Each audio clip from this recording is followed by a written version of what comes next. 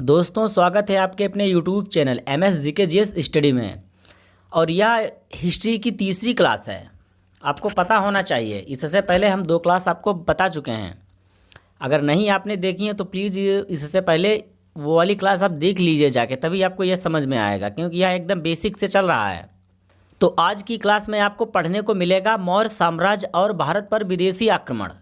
यह आपको इसमें जानने को मिलेगा, तो वीडियो को अंत तक देखना है, इसको मिस नहीं करना है, क्योंकि पूरा देखेंगे तभी आपको समझ में आएगा। क्योंकि आपको अगर इतिहास को समझना है तो एकदम बेसिक से तो पढ़ना पड़ेगा, तभी आपके सब समझ में आएगा, क्योंकि बेसिक से पढ़ेंगे तभी आपके समझ में आएगा। तो ऐसा मान के चलिए। तो उससे पहले करना क्या है, आपको अपने मित्रों के पास इसको फटाफट शेयर कर दीजिए, ताकि वो भी इस सेशन का हिस्सा बन सके। और अभी तक आपने इसको लाइक नहीं किया तो प्लीज़ इसको लाइक कर दीजिएगा, और चैनल पर नया है तो चैनल को सब्सक्राइब जरूर कर लीजिएगा, क्योंकि यहाँ मिलते रहेंगे आपको कुछ ऐसी ही ज़बरदस्त सी क्लासें। चलिए शुरू करते हैं।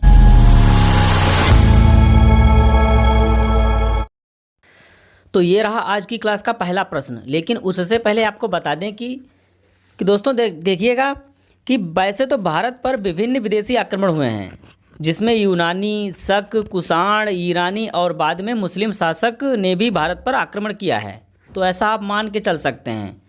आइए अब आते हैं प्रश्न की तरफ। तो भारत पर पहला विदेशी आक्रमण किसने किया था? खिलजी वंश ने, नंद वंश ने, हखमनी वंश ने, या फिर मुगल वंश ने? बताइएगा आप लोग। और दोस्तों, आप लोगों को कमेंट लगातार करते रहना है, क्योंकि आप लोग कमेंट करेंगे तो हमें लगेगा कि हाँ, आप लोग वाकई में इस क्लास में पढ़ने आए हैं।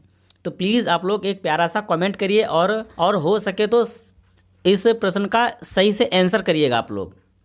चलिए बताइए आप लोग।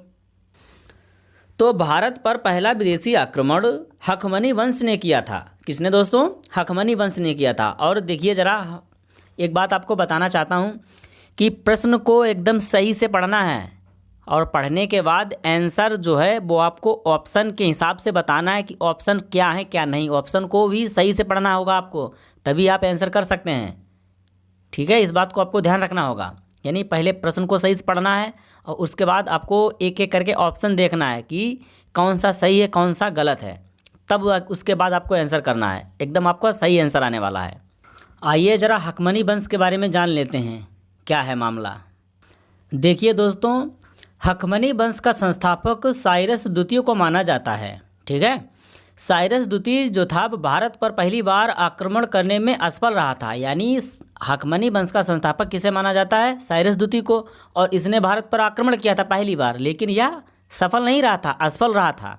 ठीक है, और भारत पर आक्रमण करने में प्रथम सफलता इसी के वंश के शासक डोरियस प्रथम को मिली थी। यानी इसी हखमनी वंश का शासक था कौन? डोरियस प्रथम, जिसने भारत पर आक्रमण किया, लेकिन इसे पहली बार में ही सफलता मिल गई थी। लेकिन हखमनी के जो संस्थापक थे साइरस द्वितीय, उनको पहली बार में सफलता नहीं मिली थी।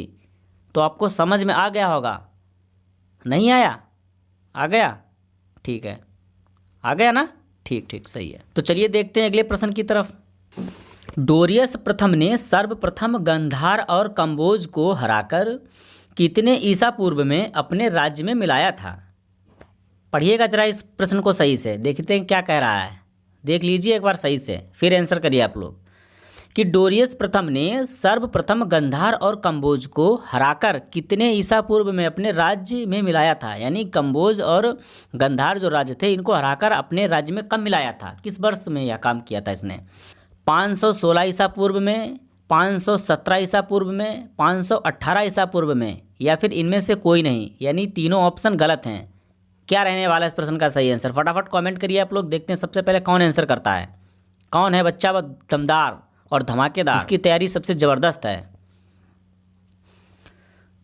तो यह कारनामा डोरियस प्रथम ने 516 ईसा पूर्व में किया था। कंबोज और गंधार को हराकर अपने राज्य में मिलाया था 516 ईसा पूर्व में। याद रहेगा आपको? आइए जानते हैं इसके विस्तार के बारे में। तो देखिए, भारत के पश्चिमोत्तर भाग को जीतने के बाद डोरियस प्रथम ने ईरान को 20वां प्रांत बनाया था। किसे? ईरान को 20वां प्रांत बनाया था भारत के पश्चिमोत्तर भाग को जीतने के बाद में। समझ में आया आपको? आ गया? ठीक है। और इस क्षेत्र में इसे टैलेंट सोना मिलता था। क्या? टैलेंट सोना मिलता था, जो फारस के सभी एशियाई प्रांतों से कुल राजस्व का 1/3 हिस्सा था।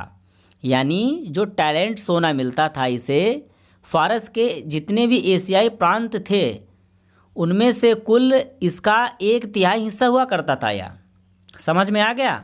अब दोस्तों आप ये हमें बताइए कि अगर आप इस प्रकार से पढ़ेंगे तो पेपर में क्वेश्चन क्यों नहीं फंसेगा? ये बताइए आप लोग हमें, कमेंट करिए यस या नो। ऐसे ही आपको पढ़ना है, एकदम पूरा विस्तार से जानना है और फिर देखते हैं प्रश्न फंसता कैसे नहीं, क्या औकात है प्रश्न की जो फंसे ना। अगर आप कुछ इस प्रकार से पढ़ेंगे तो एकदम बिल्कुल फंसेगा ही फंसेगा, इसकी मैं गारंटी ले सकता हूँ। चलिए देखते हैं अगले प्रश्न की तरफ। ये क्या भाई, क्लास का सिर्फ आनंद ही लिए जा रहे हो और लाइक का बटन दबाना भूल रहे हो? ये बड़ी गलत बात है।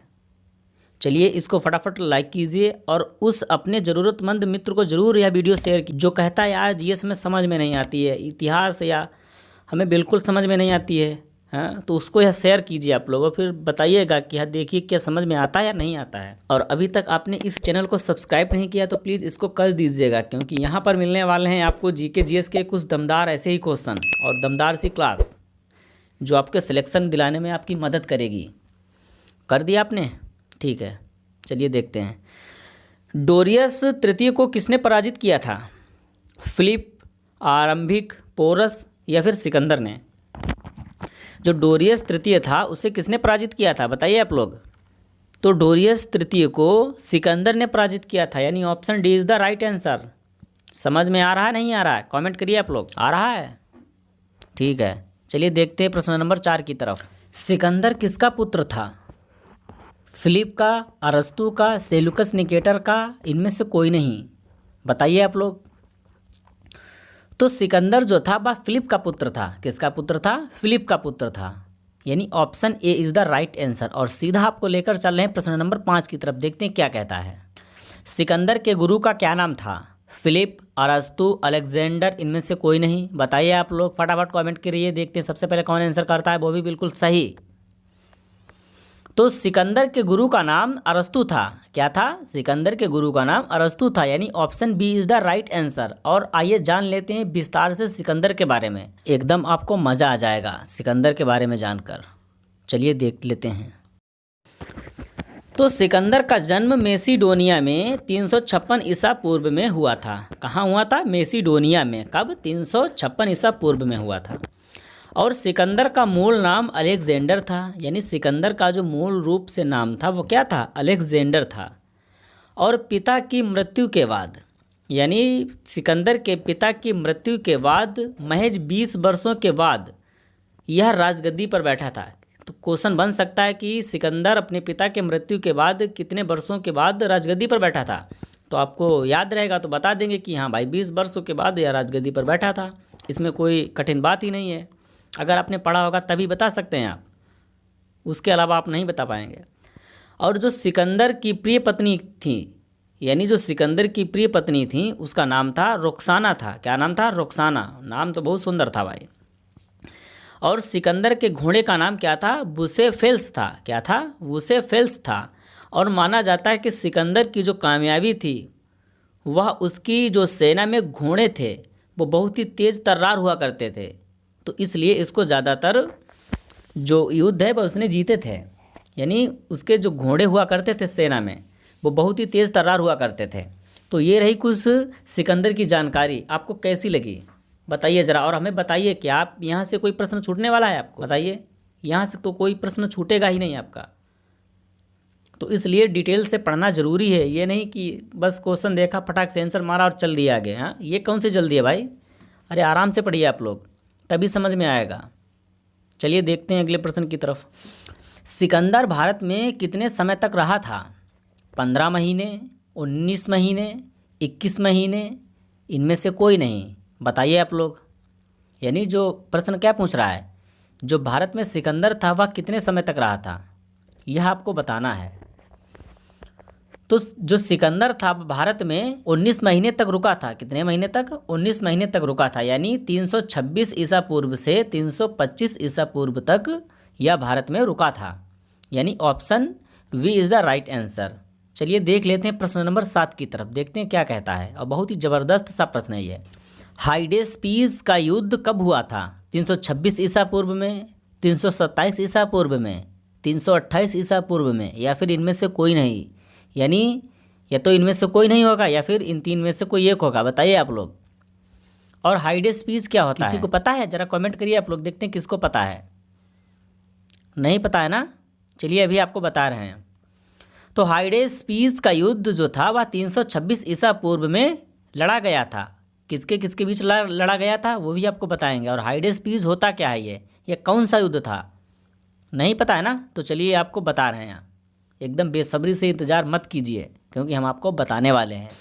सिकंदर ने जब भारत के पश्चिम उत्तर में आक्रमण शुरू किया था तो सबसे पहले तक्षशिला के राजा आरंभिक ने उसकी अधिकता को स्वीकार किया था। यानी आप कह सकते हैं कि जब सिकंदर ने भारत के पश्चिमोत्तर में आक्रमण किया था तो वहाँ के एक राजा थे। कहाँ? तक्षशिला के एक राजा थे, राजा आरंभिक।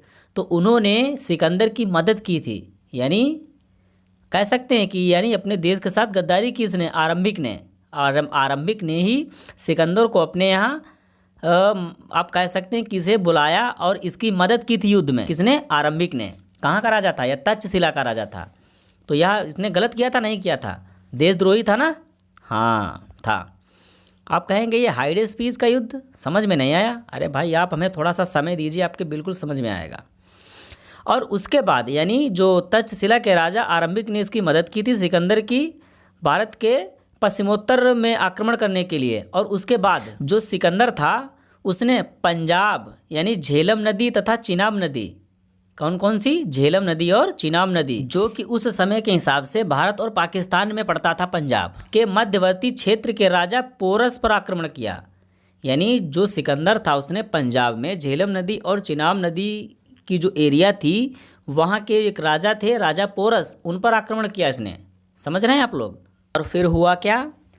और इसी युद्ध को यानी जो पोरस के यहाँ युद्ध हुआ था सिकंदर के बीच, इसी को झेलम या फिर विस्तता या फिर हाइडेस्पीस के नाम से जाना जाता है। अब आपको समझ में आ गया होगा कि हाइडेस्पीस क्या है। यानी जो युद्ध सिकंदर और पोरस के बीच हुआ था यानी झेलम की नदी पर, उसी युद्ध को हाइडेस्पीस के युद्ध के नाम से भी जाना जाता है। अब आप हमें बताइए कि आपके समझ में आया या फिर नहीं। एक बच्चा कह रहा है आ गया। ठीक है, आ गया।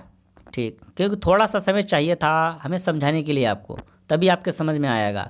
अगर हम जल्दी से बता देते आपको तो आपके समझ में नहीं आता। तो इसलिए पूरी जानकारी जानना ज़रूरी होता है। थोड़ा समय लगता है लेकिन पूरी जानकारी हमेशा फ़ायदेमंद होती है और अधूरी जानकारी हमेशा ही नुकसान देती है। तो इसलिए जानकारी को पूरा रखिए, अधूरी जानकारी मत रखिए। चलिए देखते हैं अगले प्रश्न की तरफ, देखते हैं क्या कहता है। पोरस राज्य कौन कौन सी नदियों के मध्य फैला हुआ था? क्या? पोरस जो राज्य था वह कौन कौन सी नदियों के मध्य फैला हुआ था? आपको बताना है। सिंधु से झेलम, चिनाब से रावी, रावी से सतलज और झेलम से चिनाब। यह अभी जस्ट पीछे ही क्वेश्चन पढ़ाया था मैंने। और अगर सही से आपने पढ़ा यानी सही से आपको क्लियर है तो आप आंसर बताने में कोई परेशानी नहीं होगी आपको। देखो एक दो बच्चे बता रहे हैं, क्योंकि जिसने अच्छे तरीके से पढ़ा है वो आंसर फटाक से बताएगा, जिसने नहीं पढ़ा है वो उसको हमेशा तकलीफ होगी बताने में। जो पोरस राज्य था वो झेलम और चिनाब नदियों के बीच स्थित था। झेलम और चिनाब नदियों के मध्य फैला हुआ था, यानी option D is the right answer. चलिए देखते हैं प्रश्न नंबर 9 की तरफ, देखते हैं क्या कहता है। सिकंदर के हमले के समय उत्तर भारत के निम्नलिखित में से किस राजवंश का शासन था? क्वेश्चन को सही से पढ़िए दोस्तों। शुंग वंश, मौर्य वंश, नंद वंश, इनमें से कोई नहीं। और ऑप्शन उससे भी सही से पढ़ने हैं, यानी जितना ही प्रश्न को सही से पढ़ना है उससे ज़्यादा कहीं आपको जो ऑप्शन दिख रहे हैं उनको सही से पढ़ना है, फिर आंसर करना है। शुंग वंश, मौर्य वंश, नंद वंश या फिर इनमें से कोई नहीं। बताइए आप लोग। यानी option C is the right answer, यानी जो नंद वंश था।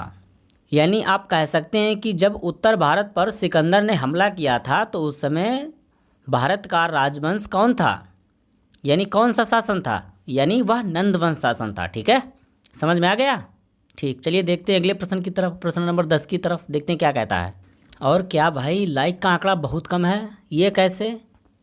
चलिए इस सेशन को फटाफट लाइक कीजिए और अपने उस ज़रूरतमंद मित्र को यह क्लास ज़रूर शेयर कीजिए जो वाकई में उसको ज़रूरत है इस क्लास की, जिसे जीएस समझ में नहीं आ रही है उसको फटाफट शेयर कीजिए आप लोग, और इसको ऐसे आगे बढ़ाइए ताकि हर बच्चा तक यह क्लास पहुंचनी चाहिए। और अभी तक आपने इस चैनल को सब्सक्राइब नहीं किया तो इसको सब्सक्राइब कर लीजिएगा, क्योंकि यहाँ पर आपको मिलने वाली हैं कुछ ऐसी ही क्लासें जो कि एकदम बेसिक से होंगी, जो आपको एकदम कहते हैं ना कि एकदम छोटे स्तर से बड़े स्तर की ओर चलने वाली यानी। और इसमें आपको मिलेंगे कुछ ऐसे ही बेहतरीन से प्रश्न जो कि एकदम बेसिक से होंगे। बच्चा कहते हैं कि यार बेसिक से तो पढ़ने को मिल नहीं रहा और बीच बीच का मिल रहा है, तो ऐसे में आपको इसको सब्सक्राइब करके रख लीजिएगा, क्योंकि यहाँ हम आपके लिए लेकर आए हैं कुछ ऐसी ही क्लासें जो एकदम शुरू से होंगी, जो आपके समझने में, जो आपके समझ में एकदम सही तरीके से आने वाली हैं। ये मैं ऐसा वादा करता हूँ आपसे, आपको समझ में बिल्कुल आएगा। तो आप लोग चैनल को सब्सक्राइब जरूर कर लेंगे, ऐसा मेरा भरोसा है आप लोगों से। चलिए देखते हैं प्रश्न की तरफ। सिकंदर की सेना में तेज तर्रार कौन थे? हाथी, घोड़े, ए वी दोनों, या केवल ए, या केवल वी? बताइए आप लोग। और कहेंगे ये कैसे प्रश्न, हाँ ये ऑप्शन है? अरे भाई यही ऑप्शन है, यही आपको गलती कराते हैं।